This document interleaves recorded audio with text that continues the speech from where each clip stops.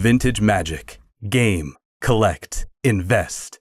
For more information about our consulting and professional services, visit vintagemagic.com.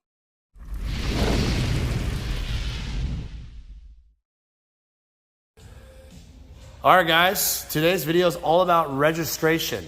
We're not talking about registering for college. We're talking about how it should look. Yep. Get your, do not adjust your camera. This is really what it looks like. They're actually blurry. What the hell?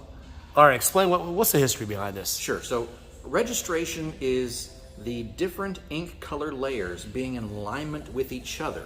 You could think of it like being in focus.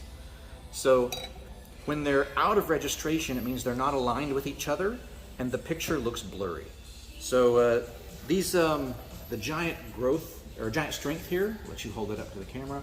You can see one of those is perfectly normal, and the other one, if you look at like the card name, you can see that they're very different. One is quite blurry, and the other one is not. Now, this is a common one. Yeah, that's a very common one. Anyone can find that if you want to, get in the door being a misprint collector. One of the easier ways to see registration, at least on the black layer, is to look at the centering of the casting cost. Look at the centering of the mana symbol within the casting cost. And you'll see on the normal looking card, the red symbol is very well centered within the circle, and the other card, it's not centered, it's offset. And so the black layer, the whole black layer on all the card is shifted in that direction. On this one, we have the yellow layer shifted. Yeah, yellow. Which is, it looks amazing under magnification, but it's pretty hard to see. I see it. Just raw. Oh, I see it. Yeah. That's terrible. But you can see like the outlines of the card name, which are blank white. I don't think I've ever seen that. Like above the card frame. Right. All right. And this blurry ass semi-healer. Yep. So there's some of those middle cards are, revised? And they are out of register, just the color layers. I've never seen this, Tavis, pulling packs and It's packs. pretty rare, yeah. It's probably one of the rarest things. So this is a more desirable misprint. That middle row is between $40 and $100 probably. Really? The artifact might be worth more. That's it really depends on the card. Something like a Black Vice or a My eyes hurt looking at this crap. It's like, oh my god. Yeah, it makes your eyes hurt a little. My eyes hurt. All right, this collector's edition thing. Yeah, so look at the top of it. Oh man. So the gold, which is called a spot color because it's in addition to the regular colors, is out of register, and you can see like the white line where the gold is reveals the area that's not printed. Well, this lightning hounds, makes sense. The borders and the whole shifting of the so that's called a shifted foil is the nickname for those. So basically, the whole black layer is shifted.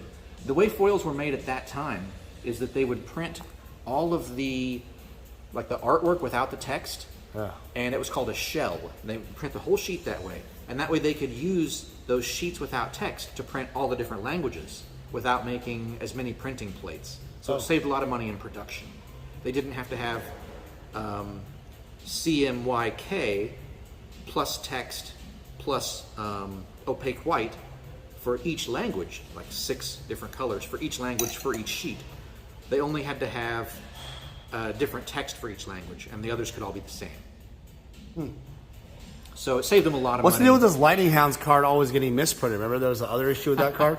Yeah, it's just one of the cards I collect, Lightning Hounds. Okay. I've sought out examples of errors on that card. I was going to say. And this foiled, I've seen this before. Forbidding Watchtower. Yeah. It's a similar situation to the Lightning Hounds. It's just shifted up.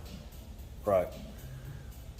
All right, so summary-wise, is this one of the more highly desirable ones, you would say, registration errors? Yeah, it depends on severity, of course, and also value of desirability of the card itself. So something like a Legends Giant Strength, that's going to be a cheap card. Yeah, everybody has that. Like $1? I don't know. It's hard to say.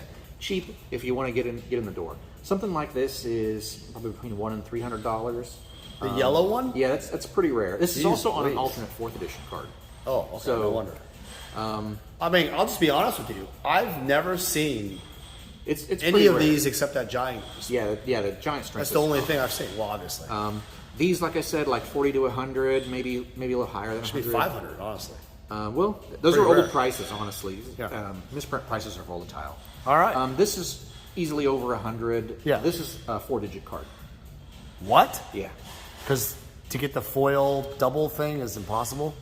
It has to do with the text being so far above the normal place on the card name, and there's like a blank space between the card frame and the cardboard. It's just a really severe example. Classic. And being foil and the first set to have foils, and it's just a desirable card. Well, Tavis, thanks again, guys. I hope you guys learned something. This is new to me. And if you guys go through your cards, maybe you'll find registered cards, Registration error cards. Yep.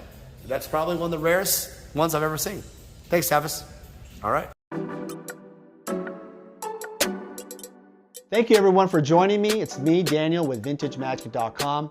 I'm excited to share more about our appraisal services. All right, so the first step of the appraisal process is determining if your items are authentic. After determining that the items are authentic, we will then do a market evaluation of your items. So oftentimes clients ask me, hey Dan, I want to insure my collectibles.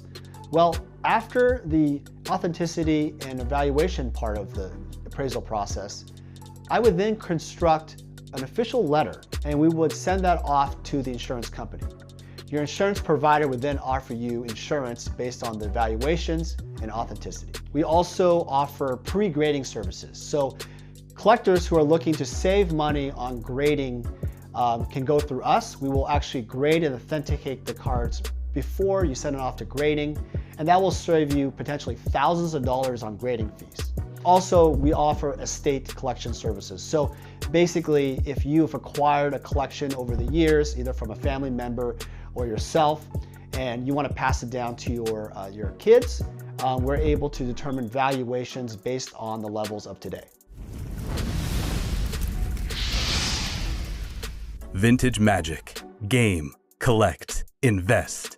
For more information about our consulting and professional services, visit vintagemagic.com.